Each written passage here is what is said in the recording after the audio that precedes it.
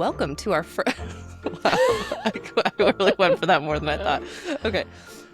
Welcome to our first volume of one of our new recurring series called Back at Home. These episodes are going to be full of our thoughts, reactions, and ratings back at home after seeing a new release in theaters. So, this episode, you know that I'm a big spoiler alert gal. This is a spoiler full episode, meaning like we're going to ruin this movie for you if you haven't seen it. So, if you have not seen Final Destination Bloodlines, one, what are you doing? Go see it. It's so good. And two, Yes. go see it now and then come back and listen to this episode if you haven't already, because we are going to be like full on spoilers. Spoilers ahead. Spoilers. Spoilers ahead. Okay. All right, let's get into it. So we're talking about Final Destination Bloodlines, which is the 6th movie in the franchise. That sounds right. These are like all the Okay. details where I'm like, why did we not prepare this in advance? We prepare so many things, and then there's details where I'm always like, what date was this? And Live then Googling. honestly, the Goonies episode that I listened to, I was like, well, what was the date? It was in the 80s, and then we were like, oh, it's 1985, and I was like, yeah, so the late 80s. I'm like, why does my brain not work? 1985 is the definition of the mid 80s. Anyway, these are the issues I have. This yes, is we're the talking- 6th movie.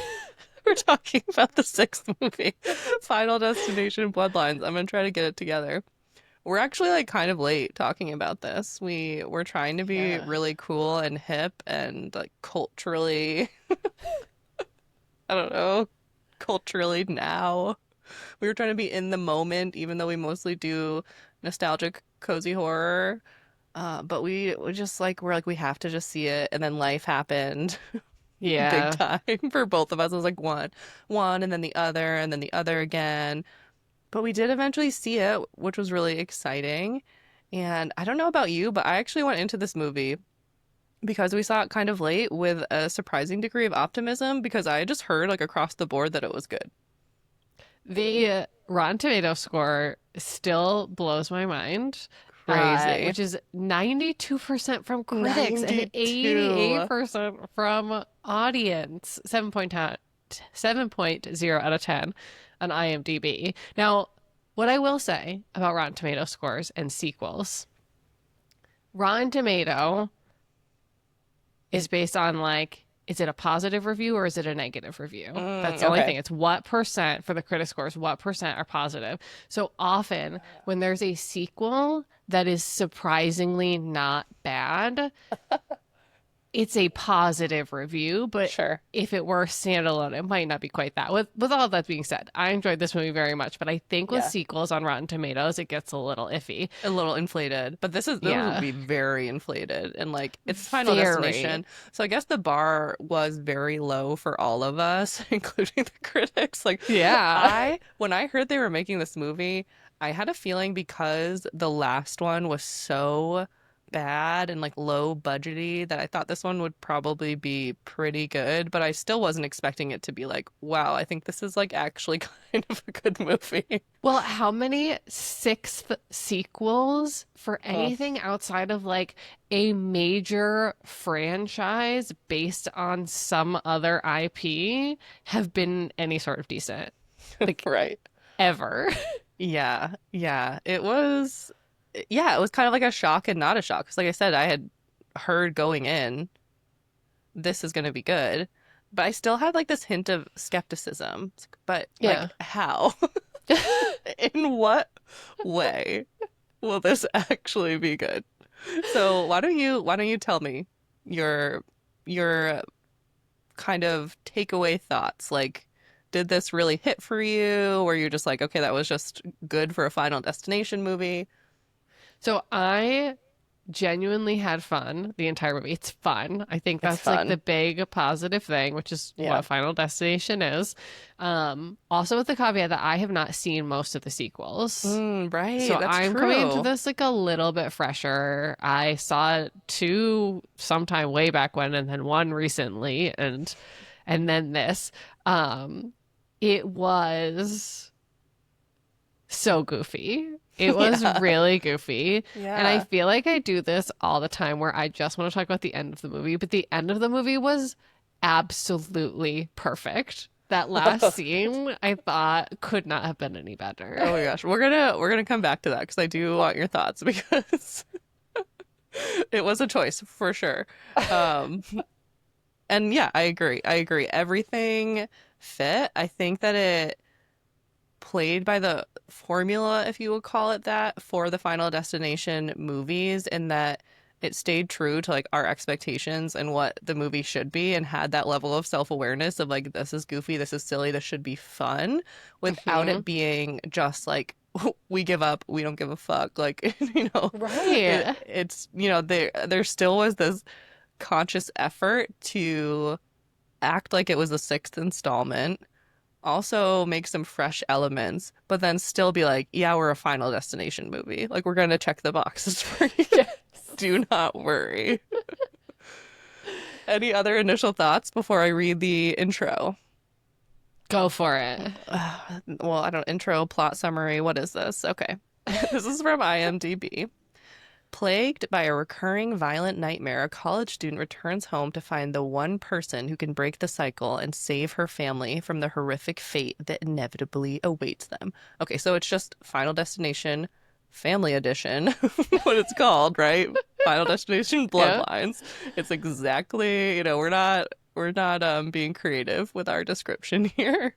But I really want to talk to you about the opening. I was not ready for it in the best way. Like, it comes in hot with the retro vibes, and already I'm, like this Yes. nostalgia queen. I'm like, okay, I am so in. I am so in. So we meet a couple who is going on a romantic evening to the Skyview restaurant. We're in 1968. They are just going over the top with the old cars, the old music, the old-timey dress and styling, but it still has this very high I don't know cinema terms, maybe you can help me here. I wanted to say like high budget. Like, this No, but looks like a very it's like polished a movie. high production value. Yes, thank you, Yeah. that is what Yeah. I'm trying to say, because I think it was the last Final Destination. I'm not as fresh as I should be on the sequels either, but it just had this like really kind of low budgety vibe, and I Mm. don't know why I keep saying budgety. Well, I mean, that is like Uh, a big thought in this. Like, they've made 5 sequels to the original movie. Like, you gotta yeah. wonder, like, who was like, I'm gonna invest a significant amount of money in this. Right, right. And then who was like, I'm gonna write the shit out of Yeah. this. Like, I'm gonna go into detail. I'm gonna like razz the fans. So anyway, before we get too much further, I have to tell you about the time. This immediately reminded me of a personal story. When I visited the ledge at the Sky Deck at the Willis Tower in Chicago. Are you familiar? Yes, never been, never want to go. Okay, so let me read you what the ledge is, according to their website. Feel the most unique and exciting perspective Chicago has to offer. Only 1.5 inches of glass will separate you and 103 floors below on the ledge. Glass floored balconies perched 4.3 feet outside of the Willis Tower. The Willis Tower is one of the tallest buildings in the country. Maybe it's like top three, I think. Terrifying. So I went there. I included in our little show notes a couple pictures of my little feetsies on the glass deck. I was so nervous. I couldn't find the picture. There's one of me like basically like sitting like in the fetal position. Like, if you could, I'm like curled. I'm definitely having like a fight or flight moment. I'm not like crazy afraid of heights, but I'm not super, this isn't like, I'm not like a thrill seeker where I'm like, oh, let me go stand on 1.5 inches of glass. So Yeah. I was freaked out. But it was fine. It was cool views when you're at the bar. It just kind of reminded me of that whole vibe. But interestingly, very soon after my visit, there were a lot of breaking news stories about people standing on the ledge and the glass cracking. Mm-mm. Okay. That's literally how this Um, movie starts. uh-huh. So I was wondering, I was like, did this inspire that part of the movie? Because Oh. Final Destination really plays on these real Yeah. real fears. Like, it's, intrusive anxious thoughts coming true in the worst way. And in the opening scene, that's eventually what happens is that the glass breaks and they fall and they're on this, huge tower restaurant Mm-hmm. that has opened weeks ahead of schedule. And I remember reading through the news stories on the glass cracking, and of course they're like, it was just the superficial crack. Like, there's no danger. No one was ever in danger. And it's like, of course you would say that. Of course you would say that. Yeah. There's no Yeah. danger standing on 1.5 inches of glass, 1,000 feet in the air. No danger. Anywho, it reminded me of that. In addition, to it kind of sparking this personal memory, I also enjoyed one, the mini rom-com that was happening. So I cute. was so into it. They were a great I little was so into couple. it. They were so cute and likable, aside from the fact that he was bringing her there to propose, knowing that she was scared of heights. But other than that, adorable. Yeah. Also, public proposals, not my thing. Not great, not great. He Yeah. was at least like, it was kind of, on the balcony, He whatever. meant well. He He meant meant well. well. He was Yeah. very pure-hearted. Yeah. I also appreciated that while this still followed the initial disaster opening, it had a little bit of a twist. We had that her waking up from it being a dream. So, and then it left a lot of questions Yes. where we were Yeah. like, did this, we didn't know if that actually happened for a while. Not, Yeah. I guess not too long, because we learned that the dream was about her grandmother Iris and that Iris was still alive. So presumably it didn't happen, but we don't know if it like happened and then she saved, a chunk of people, kind of like similar to the other movies. So I liked that little bit of mystery that was like a little bit fresh. Yeah. Yeah. It wasn't just here's a character, here's obvious foreshadowing. Now that Right. character has died. Yes. They Now built this a little group- bit more into this. Right. Now this group will be picked off one by one, which still happens. But I will also say, next thought about this movie is that for the first time in Final Destination history, I gave a shit about some of the characters. I actually kind of That's cared. so funny because I was You just didn't. about to say I didn't, and I You didn't. appreciate that they did not make me care enough about the characters because they gosh. were all gonna die. Exactly. That was kind of part of what I liked about this movie is that they tried to do like a tad more character development, at least from my perspective. I bought in a little bit more. Um, if Iris was there, I think that's why they killed Iris off really quickly, because I think we would have been Oh like yeah, really invested in her story. So they're just like, we'll just kill her. The main character, as usual, the female lead, I didn't care Oof. for. Did Ugh. not care for. She didn't have a personality. I liked her No. brother. I liked the cousin trio and their Yeah, parents. like I they were actually all liked pretty them. fun. Yeah. I like that family. I thought the like oldest alt kind of goth cousin Yeah. was Yeah. really fun, and acted well.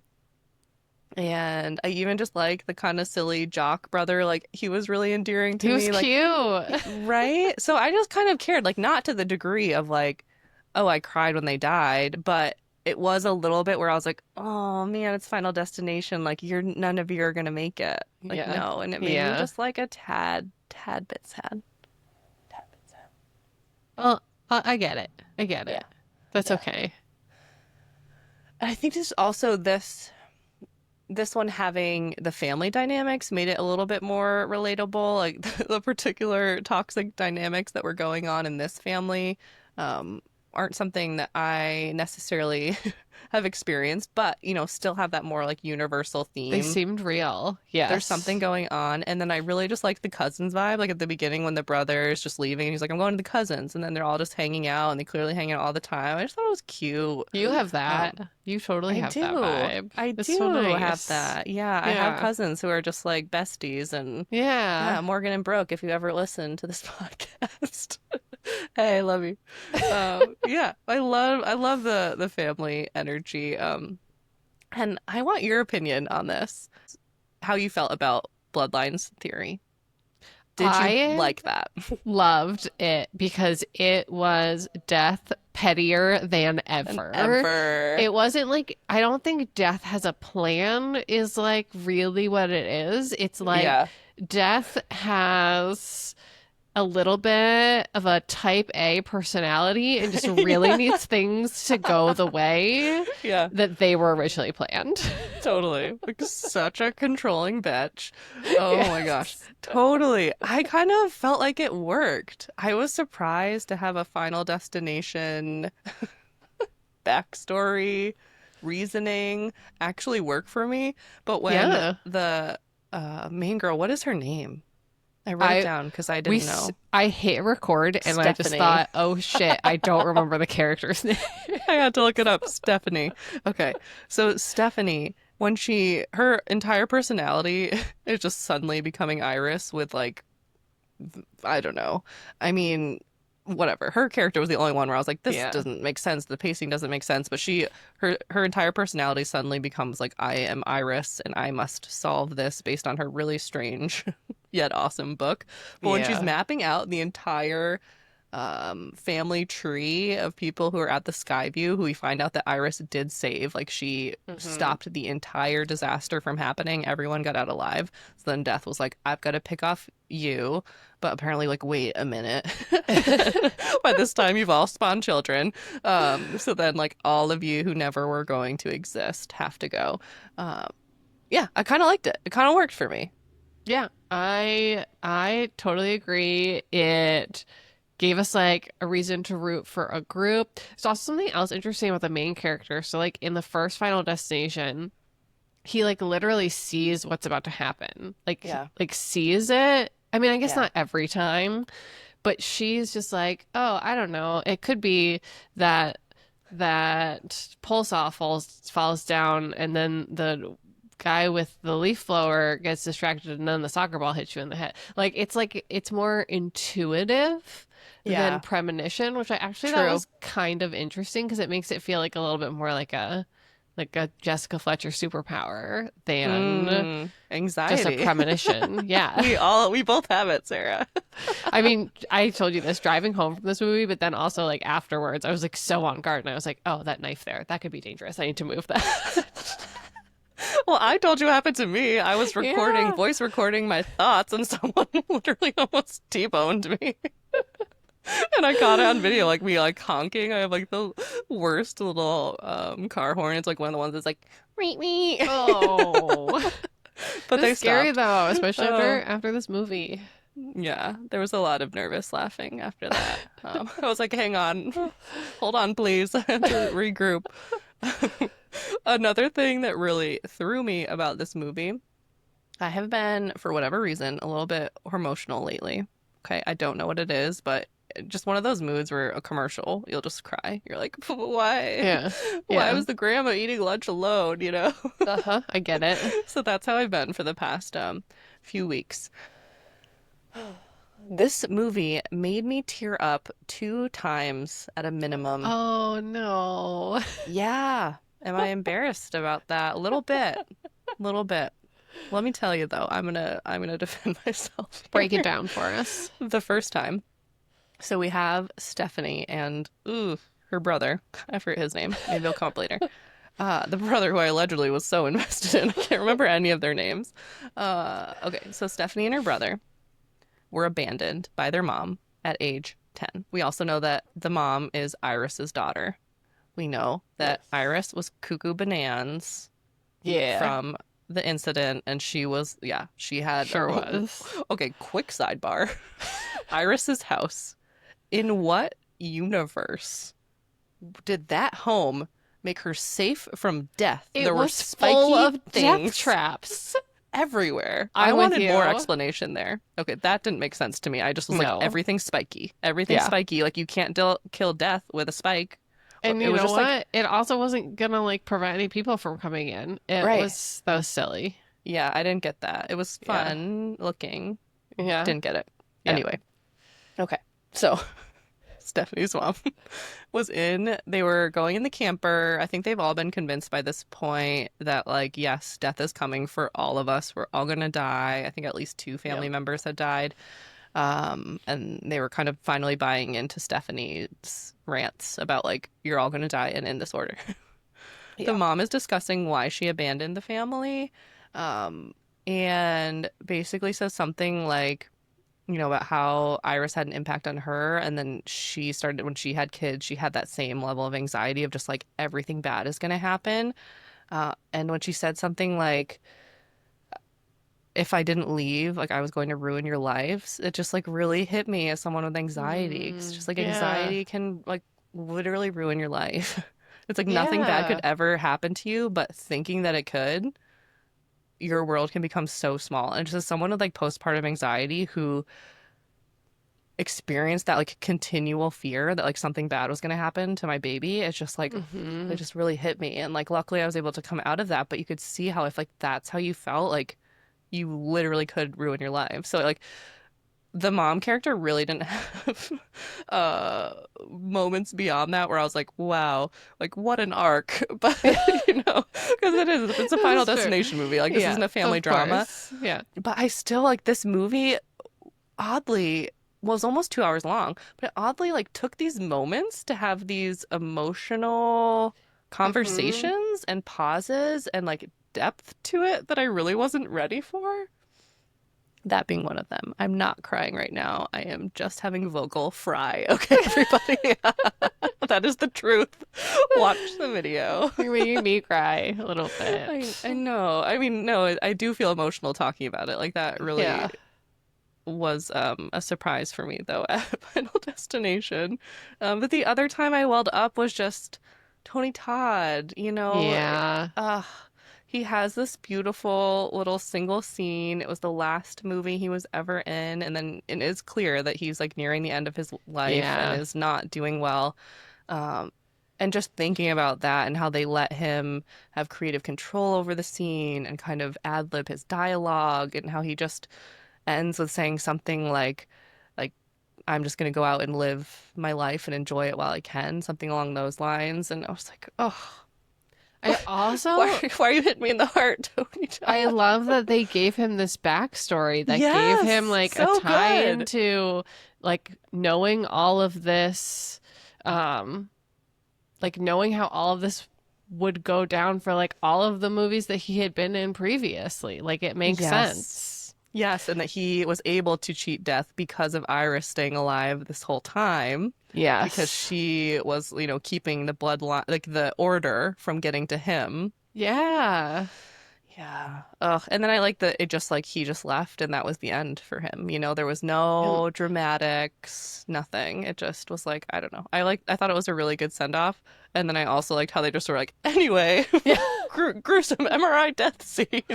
I mean, he had a big impact on all that happening, actually. He Which did. the He MRI did. death scene was actually ruined for me by social media before the movie, and Oh, I'm was it? kind of glad. Were you? That one was a lot. That was Yeah. oof. So that leads me perfectly into my next question for you.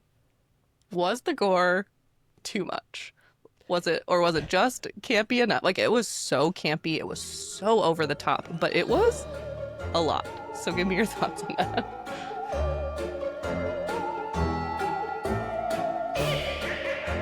We've already discussed we're ruined with the Yes. movies that we watched. Like nothing is really too gory for us. The MRI one was like that one was pretty brutal for me. Uh, but beside that, like it was fun. It was fun. Yeah. Yeah, I mean, so the first Final Destination, which we recently covered, had a degree of gore, but I would say it was like much more tame and much more Yeah. spaced out. And then we discussed how the later installments, like in order to try to keep some level of like shock value and surprise, just leaned into gore. And I do appreciate kind of the creativity and the camp of it. But for me personally, like I just don't need it. Like I could just be like, Yeah. squish, moving on. Like I'm not there for that part of it personally. But I know other people really do think it's like I don't know, like enjoyable. It's weird to say, but like people find it entertaining, and I do understand that to a degree. Like my husband and I every now and again will like high five and be like, good kill, you know, on a TV show. There certainly were those moments where you're just like, whoa.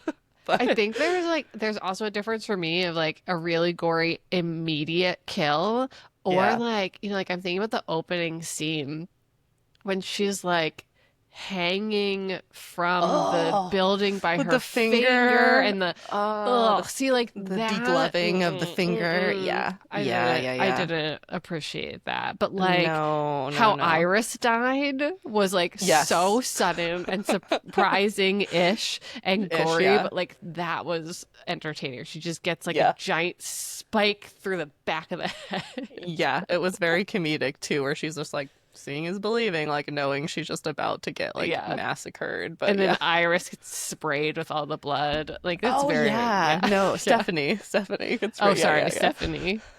She has a name, So Sarah. memorable. Yeah, totally. Totally. Okay, well let's go on to then my question that I can't get enough of. Do you have a favorite kill from this movie? It's the last two. Is Stephanie and her brother at the end with the logs from the derailed train that Yeah. has come off the tracks into a neighborhood. But not only that, it has happened at the perfect time because they have just learned that they did not actually cheat death, and that Yeah. proves death is the pettiest. And Yes. I loved the callback to what is obviously like the most famous Final Destination death with the logs. I love how like completely out of the realm of possibility that one was. And they Yes. just no question they got squished. Oh yeah. Oh yeah. Yeah, yeah, yeah. I mean, I had plans to talk about the ending at the end, but I'm we sorry. just can't stay away from it. I knew the moment the movie ended, I was like, oh I God, have I'm to gonna talk about ruin this this. podcast episode. You're like, I can't not do it. Okay, well, we can talk about the ending. Because I do have, okay, what did I say about that? Um, okay, yeah. So you were clearly very happy about it. Did you have, have but a moment where you hoped that like, oh, the brother and sister, like they made it, you know, when they like we think that it's the ending and they're having this happy little prom night and like did you have like a moment where you're like, okay, this if this is the end of the franchise, say, like two people beat death and that's the end. Did a small part of you think, oh, nice. I was fine with that. I thought that Yeah. was the end. I didn't think too hard about it because I would have realized had I spent 2 seconds thinking about it that she hadn't actually died Yeah. when she drowned. That's not how that works. Right. Um, but I was like totally fine with that. I was like, okay, yeah, yeah, this feels right. You know, the end of the first Final Yeah. Destination, two of them Right. survive. Like, Presumably, yeah. Yeah. sure, sounds great. Right. Yeah. But then it happened and I laughed out loud. So Yeah, yeah. The ending was very like, all right.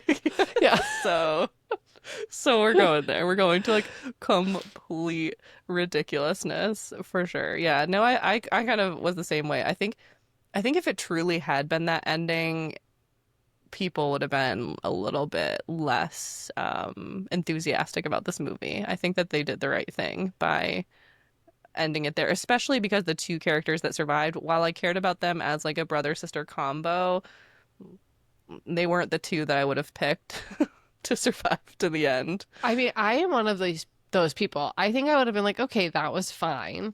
But That was that fine. last scene signaled like that the filmmakers were in on the joke the entire time. Like Totally.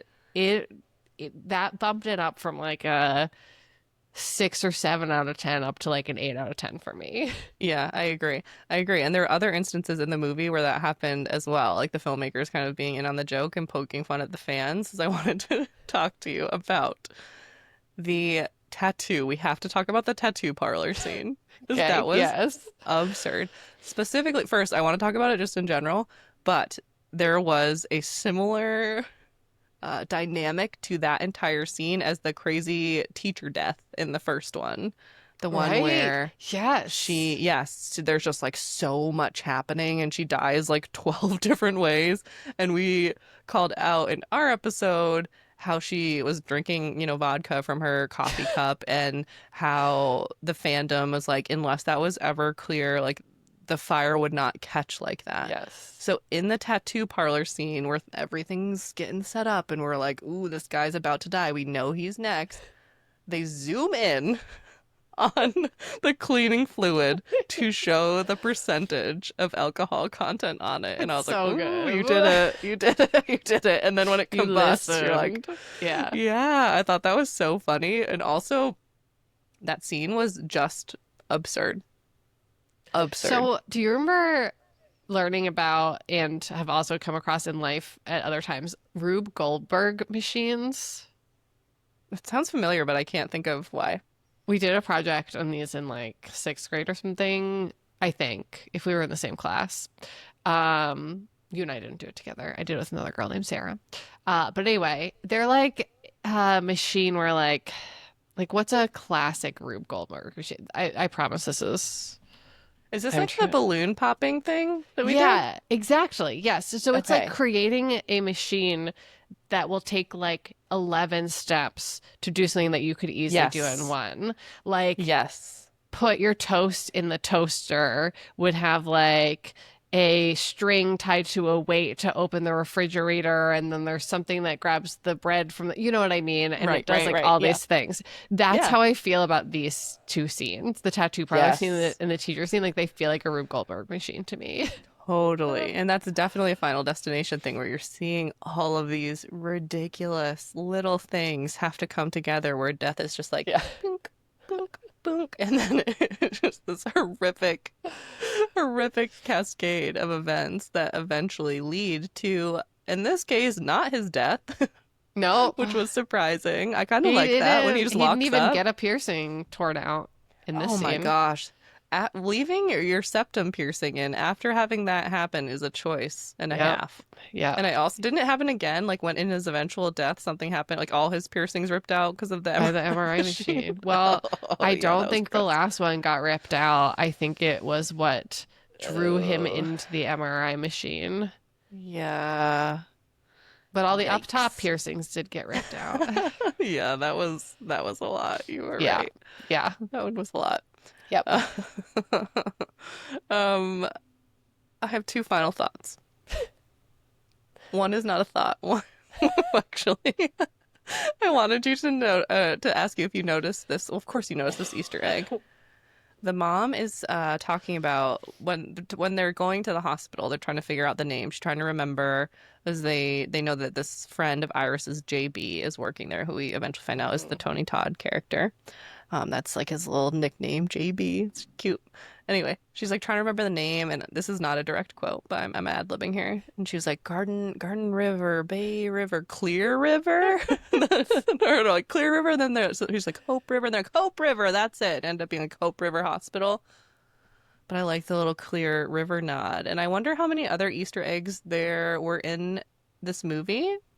Listeners, let us know Tell about us. other Easter eggs you noticed, because we are not as big of Final Destination fans as we're acting right now. But We are like, fangirling so we hard. almost want to be. We almost want to be after this. We might. Yeah. Yeah, but then we're going to go back and watch the other subpar sequels and be like, I love bad movies. Like I think this is how I should be spending my time. that's true. Actually, maybe you'll just have a great time. I can't Yeah. remember. I think I watched the second one. I was like, It has to be bad in the right way. It has to be the right flavor of bad, Yes. for sure. It Which I has to don't be know if they are. bad enough to be funny.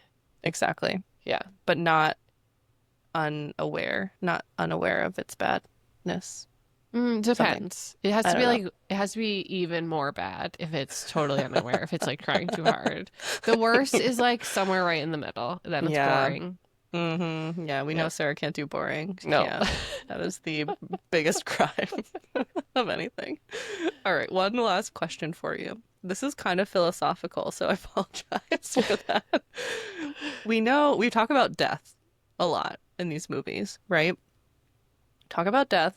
He's extremely petty. He's like kind of funny. Yes. Relentless, right?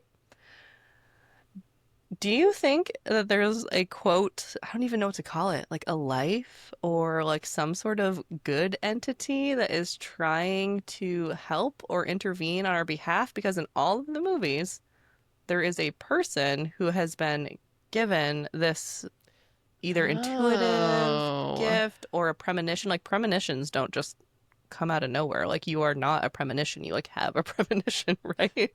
So it's like there's these people that suddenly awaken these gifts, right? That help them try to cheat death. One, do you think that there is such a positive energy acting here? And two, Hmm. do you think it's really helping us out? Is she doing enough? Okay. Right? If there is, like, she's super unsuccessful, Right? There which, should like, be, though. There makes should me be, right? like, If there's a death, shouldn't there be something else? okay, so, but then, like, do you think that maybe it's just death being like, ugh, I could kill all these people in this boring way, or I could have them think that they're saved and then do it the most ridiculous way possible? Oh, you think death is like doubling down and being like with the ending where he's like, I'm gonna make them think they Yeah. cheated death by letting them live for several weeks and get all comfy cozy and then Yeah. squish them in an elaborate train wreck log I mean, like, explosion. think about the Rube Goldberg type scenes. Think Yeah. about the tattoo parlor, which he didn't die, but that was obviously death's doing. Yes. But also think about the fact that characters die by getting hit by a bus. If death is not about efficiency here, he is playing a game, and I don't think he can play the game unless he sets up these elaborate scenarios. Interesting. He's just like Yeah. you. He's just bored. And He's he's just like, I bored. need. How bored He is wants the he? camp. Depends on what happens. Depends on whether you get the Yeah. bus or you get the tattoo parlor scene. It's just very cabin in the woods. Yeah. Yeah. You need the And kind of story. choosing your own You need destiny because, yeah. like, the Eric character who was the one who had the tattoo parlor scene, I think his name was Eric, and then had the one of the MRI deaths.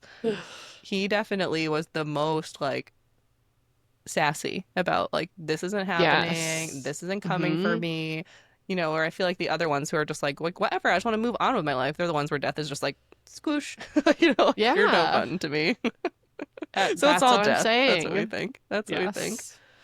Any final thoughts? Yes.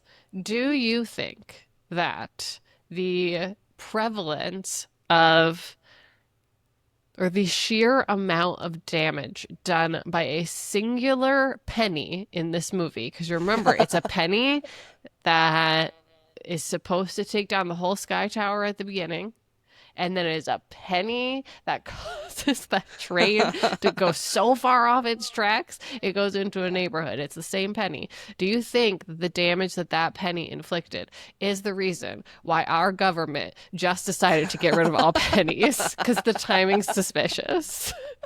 I like when you ask these like extremely long questions and my answer just like, yeah, probably. Probably, why not? I like it. Yeah, the timing works out for that. I think That's I true, think it some does. key members of government saw this movie and they went, it's time. It's finally time to get rid of the But what penny. do they do with the pennies? Or did they melt them down? Where do they go? They're just gonna stop printing them. Ah, I Or not see. printing them. They're gonna stop making them, and then like businesses have to, like they're not pennies will still be worth 1 cent, but Hmm. businesses have to round to the nearest 5 cents Wow. The now. way I just barely could continue listening to you when you I explained know that to it's me. very I boring. was like, It's a oh, real thing, so I though. don't know this because I couldn't focus the first time I tried to learn what's going on. All right, anyway. Yeah, probably right. Government's in on it. Maybe the government is death. That doesn't make sense, but Maybe it Death has a feels deal with the right. government. Oh yeah, who knows? Who knows? That's like basically season 3 of Chucky or something like that. But Oh, interesting. yeah. Oh, we have to give our rating. Oh, yeah. Okay. Out of 5. So my rating is I'm gonna give it. I went back and forth, but I'm gonna give it a 3.5 out of 5. I really enjoyed it. Like I said, movies that are very gore, almost like body horror heavy, just are not gonna have like hit every mark for me, I guess, until Mm. I watch them for the 10th time. Like this movie could end up being like a 4 star. Once I'm fully desensitized to the yuckiness, and I'm just watching it on the background while I'm, reading a book or something. But yeah, I'm gonna go 3.5 out of 5. Very solid. Hit the mark for me for sure.